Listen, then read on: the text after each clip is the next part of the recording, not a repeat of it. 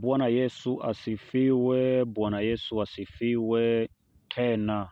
Tunalihubiri neno lake ambalo ndilo ukombozi wa mataifa yote, kwa jina la Baba na la Mwana na la Roho Mtakatifu. Amina. Mwenyezi Mungu wa mbinguni apate kutubariki na kutuongoza katika kulihubiri na kulitangaza neno lake. Neno la Mungu linasema sisi tuonavyo ni tofauti na Mungu aonavyo.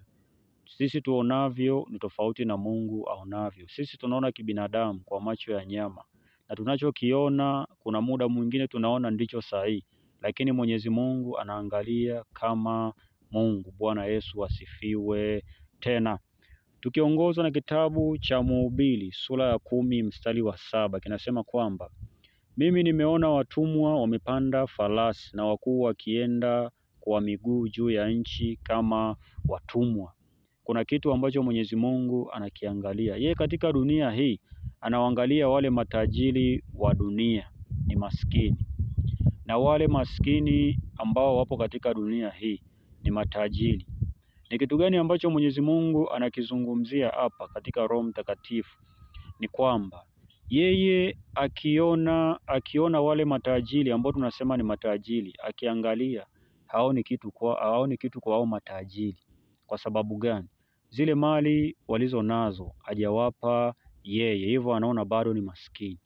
Hivyo basi akiangalia katika upande wa shetani, anakuta shetani aliyewapa hivyo vitu hana chochote ambacho amekwisha kukiumba, vyote vimeumbwa na Mungu wa mbinguni. Hivyo basi Mwenyezi Mungu anakwisha kuona, anasema hawa wanadamu mbona sijawapa hivi vitu? Vinavyotoka kwa Mungu ndivyo vile vinavyofanya wanadamu wanakuwa matajiri. Hivyo Mwenyezi Mungu akiona, anaona vile wanavyomiliki wa matajiri wa dunia, anaona ni vya watu wengine. Hivyo wao hawana vyao. Hivyo anaona wanabuluzwa na shetani juu ya nchi kama watumwa. Akija akiangalia kwa maskini, anaona maskini ni matajiri.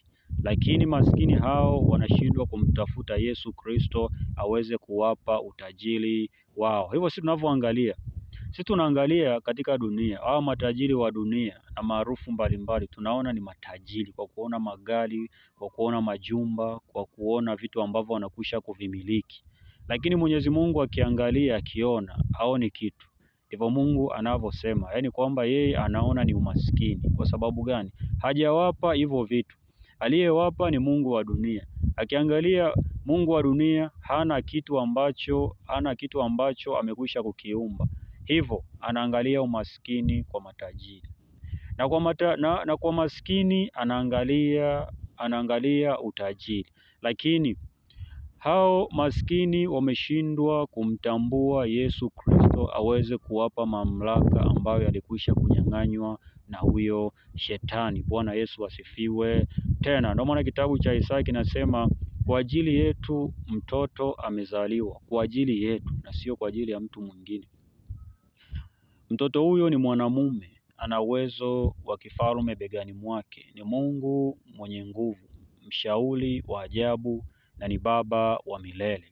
Hivyo yeye amejinyenyekeza kwetu kama mtoto, ili na sisi tujinyenyekeze kwake, tuwe watoto wake. Hivyo pasipo kunyenyekea kama watoto wadogo, hatuwezi tukapata chochote. Hivyo basi ni namna gani ya kupewa ufalme? Ni kulikiri jina la Yesu Kristo wa Nazareti aliye hai, aweze kutumilikisha ule ufalme ambao alikwisha kutuahidi. Bwana Yesu asifiwe tena. Hivyo hao unaowaona wanamiliki pesa, wanaomiliki majumba na magari, wanaosema wanamiliki dhahabu, Mwenyezi Mungu haoni chochote, kwa sababu kila kitu ni chake. Hivyo anaona hao wanamiliki vipi, na pia huyo ambaye amekwisha kuwamilikisha ametoa wapi. Hivyo yeye anaona kwa hao matajiri hakuna kitu. Bwana Yesu asifiwe tena.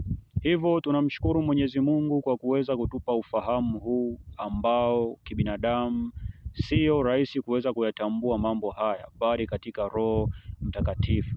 Baada ya kusema hayo, sina mengi zaidi ya kusema Mwenyezi Mungu awalinde wote.